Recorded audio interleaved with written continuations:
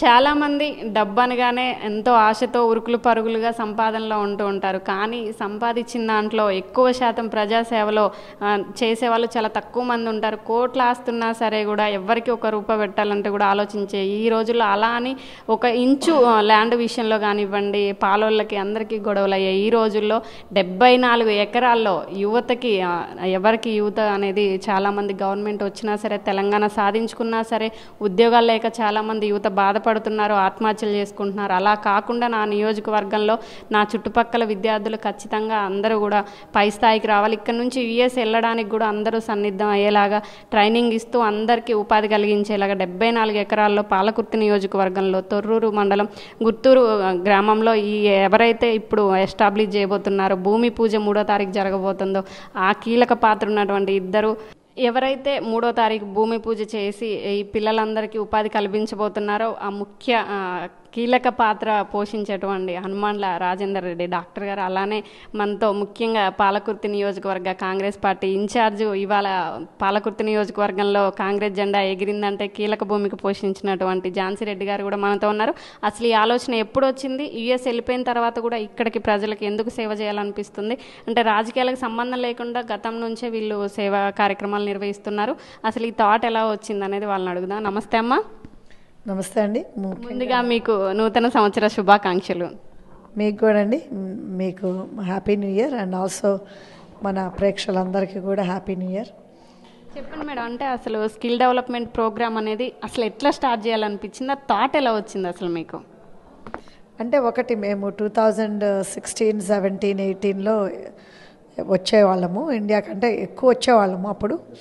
So ఆ టైంలో ఏమైందంటే మేము దత్తత తీసుకున్నాము మా గ్రామాన్ని. మాది చర్లపాలెం దత్తత తీసుకున్నప్పుడు ఏమైందంటే చాలామంది లైబ్రరీస్ లేవు, వాళ్ళకి కోచింగ్కి ప్రిపేర్ అవ్వాలన్నా కానీ. వాళ్ళు అదేవిధంగా చాలామంది అంటే చదువుకొని కూడా వాళ్ళకి చదువుకొని కూడా వాళ్ళకి ఉద్యోగాలు లేవు అనే కంప్లైంట్స్ అనేది బాగా జరుగుతున్నది. ఎస్పెషలీ ఈ లాస్ట్ 10 years నుంచి మాత్రము ఎవరికి ఒక ఉద్యోగం కూడా రాలేదు మన నియోజకవర్గంలో, పాలకుర్తి నియోజకవర్గంలో. సో ఎప్పుడు కూడా కంప్లైంట్ చేస్తే అప్పుడు మేము అనుకున్నాం, మా వారితో మాట్లాడి, ఆయన డాక్టర్ రాజేందర్ రెడ్డి గారు వాళ్ళ నాన్నగారిది, వాళ్ళ జేజి నాన్నగారు అంటే వాళ్ళ తాతగారిది చర్లపాలెం. సో అదేవిధంగా ఇప్పుడు అంతకుముందు 30 years క్రితమే మా వారు అక్కడ హాస్పిటల్ కట్టించారు చర్లపాలెంలో. సో దానికి ఒక 7 kilometers గుత్తూరు అనే గ్రామంలో 2018లో నుంచి స్టార్ట్ చేశాము. అంటే చాలామందికి ఉద్యోగాలు రావట్లేదు కదా, ఒక స్కిల్ డెవలప్మెంట్ సెంటర్ అనేది లేదు అని. సో స్కిల్ డెవలప్మెంట్ సెంటర్ అనేది లేదని స్టార్ట్ చేసి అప్పుడు ఏం చేసామంటే అందరూ అంటే ఒకే దగ్గర ఇంత ల్యాండ్ అవైలబిలిటీ లేదు కాబట్టి ప్రతి ఒక్క ఫార్మర్ దగ్గర నుంచి కూడా కొంచెం భూమి ఉండే. సో ఆ కొంచెం భూమి కూడా కొనుక్కుంటా ఉన్నాము. ఎందుకంటే కొంతమంది మిడిల్ అమ్ముతా అంటారు, కొంతమంది చివరికి అమ్ముతా అంటారు. సో మేమేంటంటే ఈ బ్లాక్ వైజ్ కట్టుకుంటా పోదామని, అంటే డిమాండ్ని బట్టి ఇంక్రీజ్ చేద్దామని బ్లాక్స్. సో అప్పుడు ఇప్పుడు ఈ నియోజకవర్గంలో చాలామంది పేదవాళ్ళు పిల్లలకి చదువుకున్నా కానీ వాళ్ళకు ఉద్యోగాలు లేవు. ఉద్యోగాల వల్ల దాన్ని చాలామంది అప్రోచ్ అయ్యేవాళ్ళు పేరెంట్స్, మా పిల్లలు చదువుకున్నారు కానీ మేడం మేము పిల్లలకు ఉద్యోగాలు రావట్లేదని. అప్పుడు మా వారు నేను మాట్లాడుకొని డిసైడ్ అయ్యా అనమాట. ఏమనంటే ఇట్లా స్కిల్ డెవలప్మెంట్ సెంటర్ అనేది మనకి ఇక్కడ తెలంగాణలో లేదు, పెడితే ఎట్లా ఉంటుంది అనే ఆలోచన అప్పుడు వచ్చింది. సో అదేవిధంగా ఏనాడు కూడా మాకు పార్టీ పరంగా కానీ ఏ పార్టీ పరంగా అవసరం లేదు, మనకి ఏ పార్టీ అనేది మేము చూడలేదు. ఎప్పుడైనా కానీ 10 మందికి పనికొచ్చేది చేశాము. అదేవిధంగా ఇప్పుడు ఈ స్కిల్ డెవలప్మెంట్ సెంటర్ కూడా పార్టీ పరంగా ఏమీ లేదు. సో ఎవరికైనా 10 మందికి ఉపయోగపడాలి, స్పెషలీ మన యూత్ పిల్లలకి, మరియు అట్లానే ఎంపవరింగ్ ఉమెన్ అంటే మహిళలకి. సో అదనేది ఇప్పుడు కార్పెంటరీ కాదు, ప్లంబింగ్కే కాదు, ఎలక్ట్రికలే కాదు, మళ్ళీ బ్యూటీ స్కూల్ కానీ, మళ్ళీ అదేవిధంగా మనకి అంటే ఇప్పుడు మన పిల్లలు కూడా ఇప్పుడు కంప్యూటర్ క్లాసెస్, ఇప్పుడు ఆల్రెడీ కంప్యూటర్ ఫీల్డ్లో చదువుకున్న వాళ్ళు ఉన్నారు, ఉద్యోగాలు లేక వాళ్ళ స్కిల్స్ అన్నీ అంటే ఇదైపోయినాయి.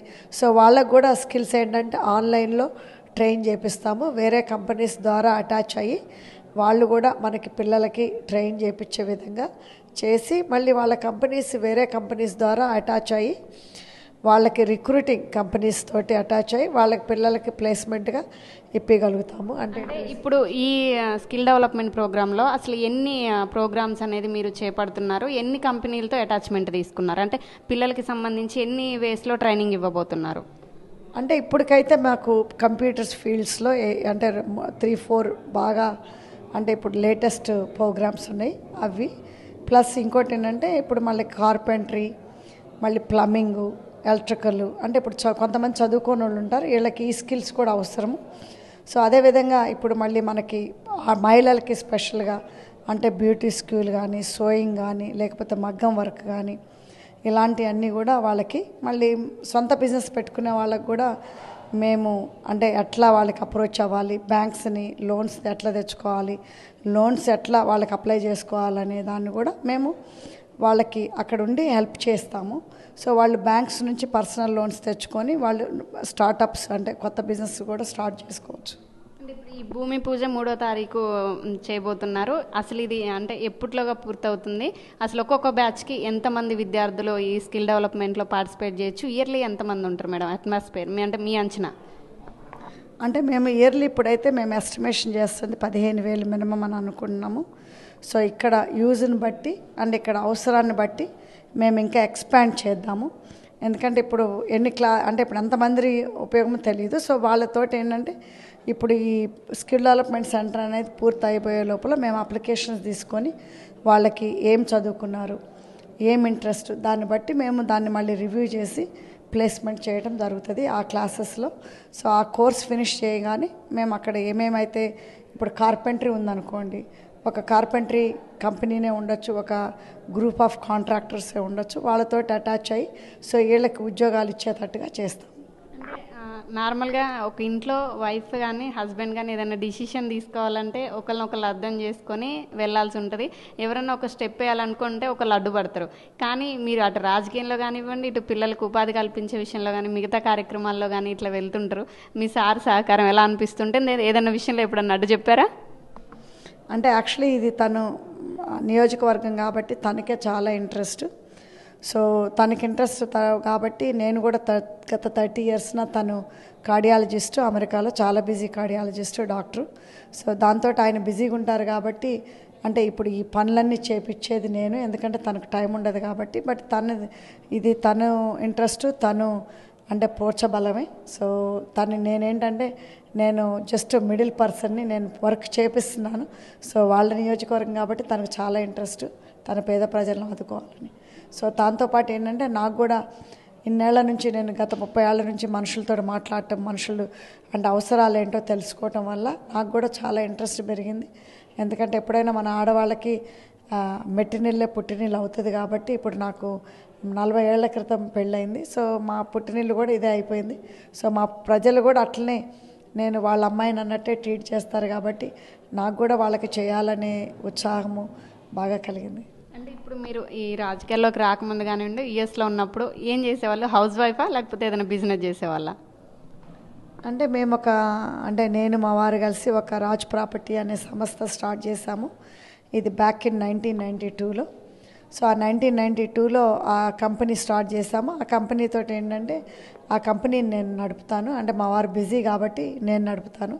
సో యూజువల్గా మా ఇద్దరిది ఇన్పుట్ ఉంటుంది కంపెనీలో. కాకపోతే ఏంటంటే డే టు డే నేను ఎక్కువ ఇన్వాల్వ్, తను బిజీగా ఉంటారు కాబట్టి. సో ఆ కంపెనీని ఎప్పుడు నేను ప్రాపర్టీ మేనేజ్మెంట్ కంపెనీ అంటారు. సో అది అపార్ట్మెంట్స్ కానీ, మేము ఇళ్ళు రెంట్ చేయటం కానీ, సో ఆ బిజినెస్ మాకు ఒక 100 మంది దాకా పనిచేస్తారు. సో ఆ కంపెనీని గత 30 years నుంచి రన్ చేస్తూ ఉన్నాం ఇద్దరం కలిసి. సో కాకపోతే ఏంటంటే తను బిజీ ఉంటారు కాబట్టి నేను డే టు డే ఇన్వాల్వ్. అంటే ఇప్పుడు మీరు ఈ స్కిల్ డెవలప్మెంట్ ఏదైతే 74 ఎకరాల్లో మీరు స్టార్ట్ చేయబోతున్నారో దీన్ని మీరు అనుకున్నప్పుడు, ఆచరణ పెట్టాలనుకున్నప్పుడు ఏమన్నా అడ్డంకులు ఎదుర్కొన్నారా? ఇవాళ 2024లో ప్రారంభించబోతున్నారు, ఎలా అనిపిస్తుంది? మిగతా రాజకీయ నాయకులను కూడా కలుపుకొని అందరితో కలిపి ముందుకెళ్ళబోతున్నారా? ఎలా ఉంటుంది ఈ కార్యాచరణ?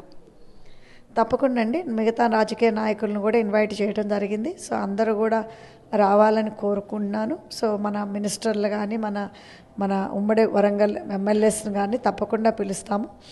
సో అందరూ కూడా వచ్చి ఆ భూమి పూజకి తప్పకుండా వాళ్ళు పాల్గొంటారు. సో అదేవిధంగా మేము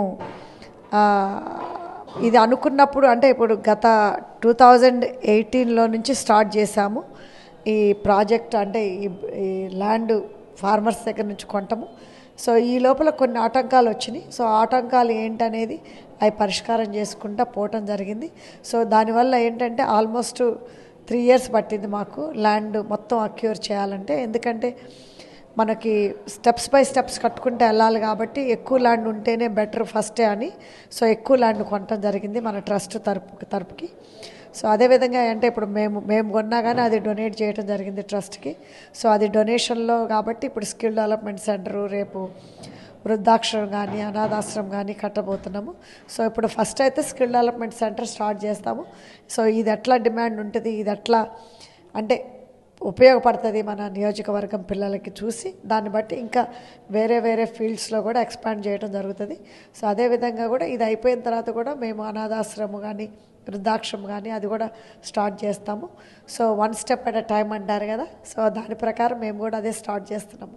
అంటే ఇప్పుడు తెలంగాణ మొత్తం రాజకీయాల్లో కానివ్వండి, అన్ని పార్టీలని కాదు, ప్రతి ఒక్కళ్ళు కూడా పెద్ద చర్చనీయాంశం. రేవంత్ రెడ్డి గారు గెలిచిన తర్వాత తన నియోజకవర్గానికి కూడా వెళ్ళలేదు. పాలకుర్తి నియోజకవర్గానికి మీకు సపోర్ట్గా ఇక్కడికి వచ్చి ఓపెనింగ్ చేయబోతున్నారు అంటున్నారా? అది నిజమేనా? రాబోతున్నారా సీఎం ఈయన? అంటే సీఎం గారు మాత్రం ఇంకా కన్ఫర్మేషన్ చేయలేదండి. ఎందుకంటే మేము 3వ తారీఖు పెడుతున్నామని ఇన్వైట్ చేయడం జరిగింది తన్ని.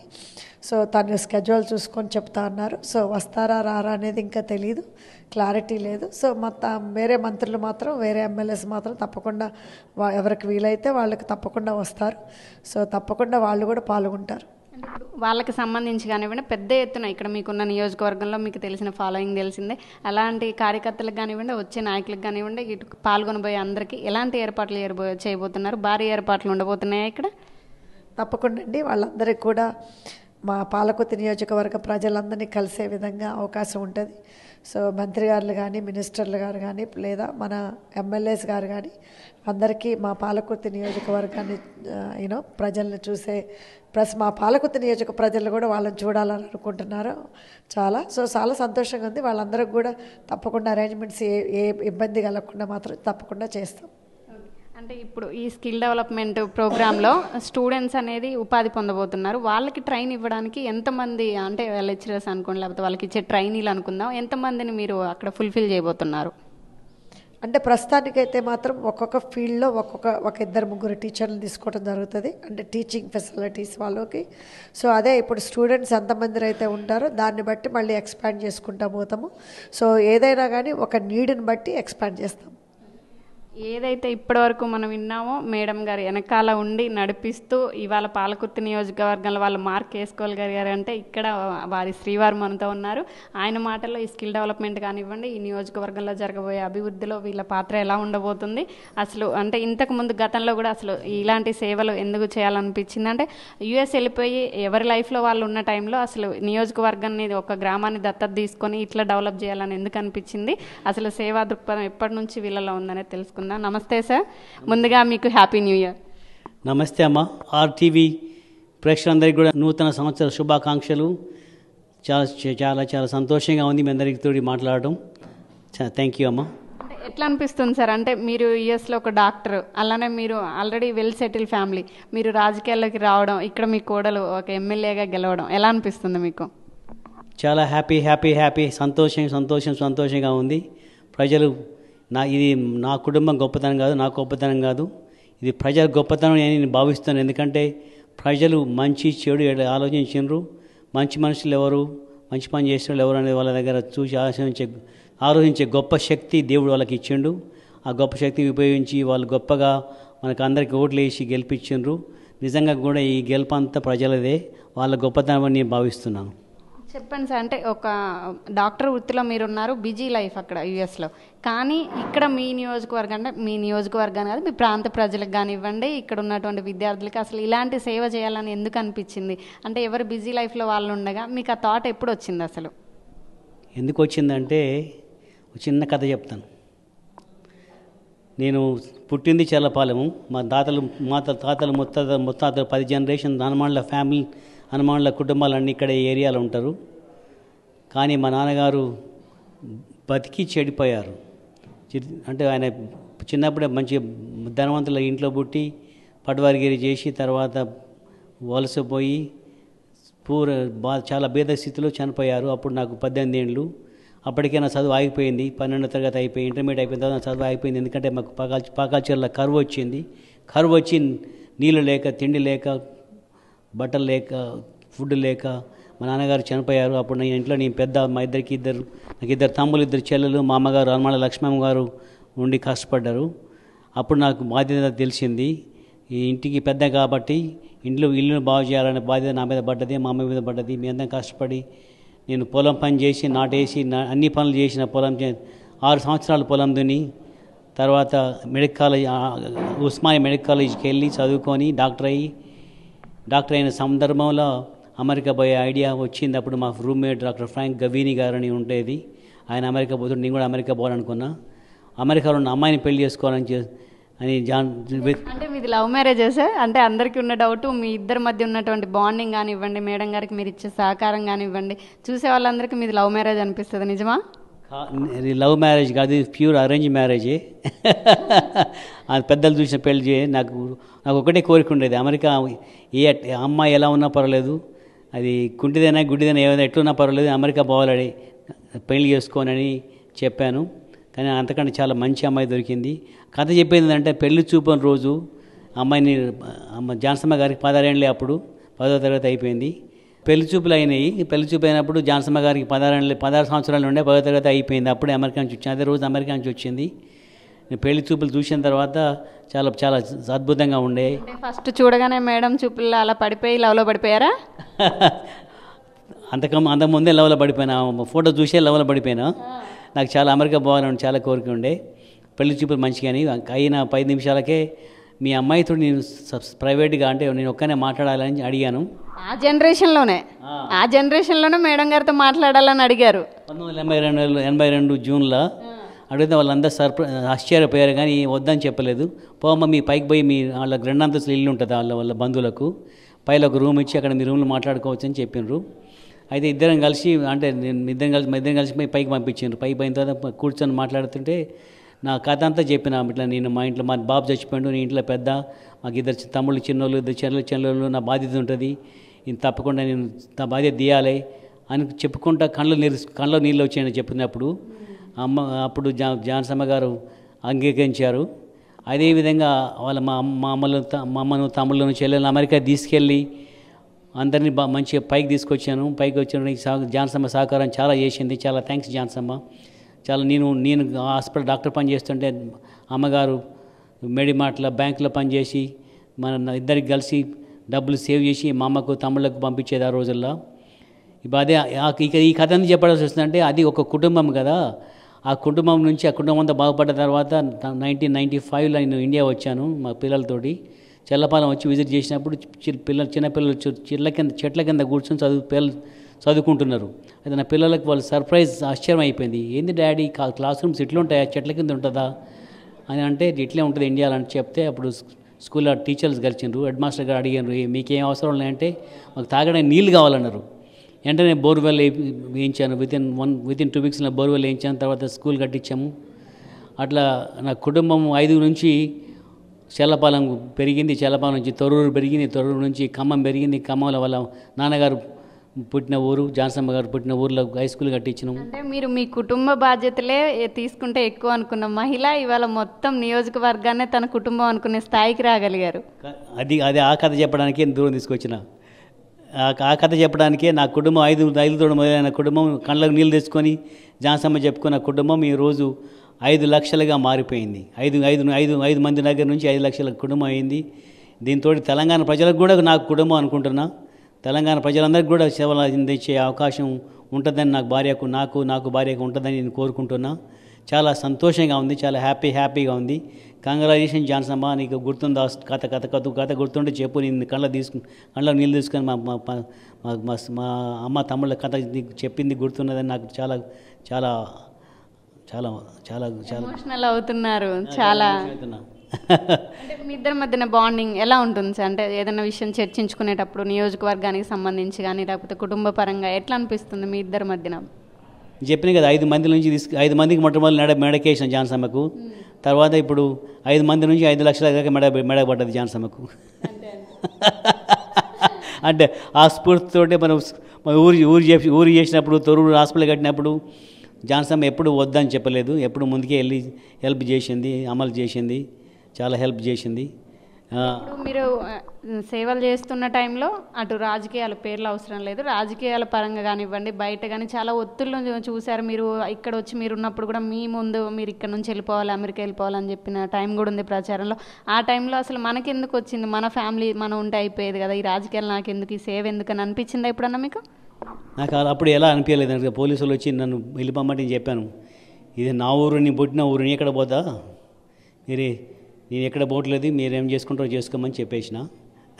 ఇక్కడ కూర్చుంటారు, ఇక్కడ ఈ రూమ్లో ఈ చైర్లో కూర్చొని మాట్లాడి చెప్పిన. పోలీస్ ఆఫీసర్ వచ్చి వాళ్ళు చాలా మంచిగా విన్నారు, ఏమనలేదు.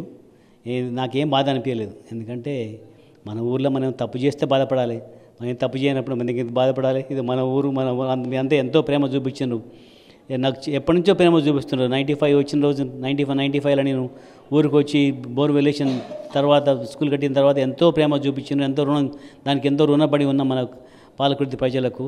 ఇంకా ముందు ఇంకా చాలా చేయాలని చాలా కోరికగా ఉంది. ముఖ్యంగా ఇంతమంది మన ప్రాజెక్టు జనాభా అంతా కలిసి కట్టుగా పనిచేసి ఎర్రబల్లి దయాకరావు గారు అటువంటి మనిషిని ఓడించారంటే వాళ్ళు ఎంత శక్తి ఉందో అని గుర్తించిన. ఇప్పుడు అదే శక్తిని మన ఊరు బాగు చేయాలి, మన వాడ బాగు చేసుకోవాలి, మన ఊర్లన్నీ బాగు చేయాలి, మన కాన్స్టిట్యుయెన్సీ ఎంత బాగు చేయాలని నాకు చాలా ధైర్యం వచ్చింది. వాళ్ళ సహకారం ఉన్న రోజులు ఎన్నో పనులు, ఎన్నో సమస్యలు తీర్చగలనే ధైర్యం నాకు చాలా వచ్చింది. తప్పకుండా మన జాన్సమ్మ పక్కమటి ఉంటే అన్ని సమస్యలు పరిష్కరిస్తానని చాలా ధైర్యం ఉన్నది. Happy happy happy happy very happy happy happy happy. Last and ఫైనల్గా ఇప్పుడు మీరు చేయబోయే 74 ఎకరాల్లో ఏదైతే భూమి పూజ నిర్వహించబోతున్నారో స్కిల్ డెవలప్మెంట్ గురించి ఇటు నియోజకవర్గ ప్రజలకు కానివ్వండి, ఉన్నటువంటి యువతకి, అలానే మీ ప్రజలకి ఏం చెప్దాం అనుకుంటున్నారు? నాకు ఒకటే అమ్మా, మీ గొప్పతనం అందరు, మీ అమ్మలారా, అక్కలారా, చెల్లెలారా, తమ్ముళ్ళారా, అవ్వలారా, అందరికీ, మన తెలంగాణ ప్రజలందరికీ, పాలకుర్తి ప్రజలందరికీ ఒకటే చెప్పేది, మీలో చాలా గొప్పతనం ఉంది, నేను గుర్తించిన. మీ గొప్పతనమే ఈరోజు మామూలు ఈ స్థితికి తీసుకొచ్చింది. మాలో ఉన్న మంచిని మీరు కనిపెట్టింది కాబట్టి, మీకు చాలా మంచి హృదయం ఉన్నది కాబట్టి చాలా చాలా కృతజ్ఞతలు చెప్తున్నాను. దానికి చాలా రుణపడి ఉన్నాను. అదేవిధంగా మీ శక్తితోటే, మీ సహకారంతో మీ సమస్యలన్నీ తప్పకుండా పరిష్కరిస్తానికి చాలా ఆనందంగా ఉంది, చాలా హ్యాపీగా ఉంది. ఈ నూతన సంవత్సరం సందర్భంగా తప్పకుండా అవన్నీ నెరవేరాలని, మా సహాయశక్తులు నిద్ర లేకుండా కూడా పనిచేస్తామని నేను హామీ ఇస్తున్నాను. సార్, అలానే మా టీవీ ప్రేక్షకులకి మీరు ఏమైనా చెప్దాం అనుకుంటున్నారా న్యూ ఇయర్కి? చాలా చాలా చెప్పాలందమ్మా. ముఖ్యంగా మీ అందరు కలిసి మాట్లాడినప్పుడు, మీ అందరితో నేను కలిసి ఉన్నప్పుడు నాకు ఒకటే గుర్తొస్తుంది. మా బాబు చచ్చిపోయినప్పుడు మీ 5 మనుషులు ఉండి, నాకు 2 చెల్లెళ్ళు, 2 తమ్ముళ్ళు, మా అమ్మమ్మ 5 ఉండేది, 6 ఉండేది. అదే 6 ఇప్పుడు 5 లక్షల మంది అయిపోయినరు. నాకు పడుకున్నా, నిద్రపోయినా, ఎప్పుడైనా మీ సమస్యలే, మీ కష్టాలే, మీ సంతోషాలు నాకు గుర్తొస్తున్నాయి. అది నాకు చాలా చాలా ఆనందంగా ఉంది. అట్లా ఉన్నది కాబట్టి నాకు ఇంకా చాలా చాలా చేయాలని కోరిక పుడుతుంది. అదే సందేశం చెప్పాలని నాకున్నది. ఓకే మేడం, లాస్ట్ అండ్ ఫైనల్గా మీరు 70 ఎకరాల్లో చేయబోయేటువంటి భూమి పూజ స్కిల్ డెవలప్మెంట్ గురించే కాకుండా ఇక ముందు చేయబోయే సేవ గురించి కానివ్వండి, రాజకీయాల సంబంధం లేకపోయినా అటు రాజకీయ ప్రత్యర్థులకు కానీ, మీ రాజకీయ నాయకులకు కానీ, మీ నియోజకవర్గ ప్రజలకు కానీ లాస్ట్ అండ్ ఫైనల్గా ఏం చెప్దాం అనుకుంటున్నారు? నియోజకవర్గ ప్రజలకు మాత్రం హ్యాపీ న్యూ ఇయర్ ఫస్ట్. అదేవిధంగా ఈరోజు మేము ఇక్కడ ఉన్నామని అంటే మా పాలకుర్తి ప్రజలే. ఎందుకంటే వాళ్ళ విశ్వాసం మీదనే మేము రాగలిగాము, వాళ్ళ విశ్వాసం మీదనే మేము ఈరోజు గెలుపు కూడా పొందగలిగాము. సో వాళ్ళ ప్రేమ, వాళ్ళ ఆప్యాయత, వాళ్ళ నమ్మకం మా మీద ఇప్పుడు ఉండాలి, ఎప్పుడు ఉంటాయని కూడా నేను కోరుకుంటున్నా.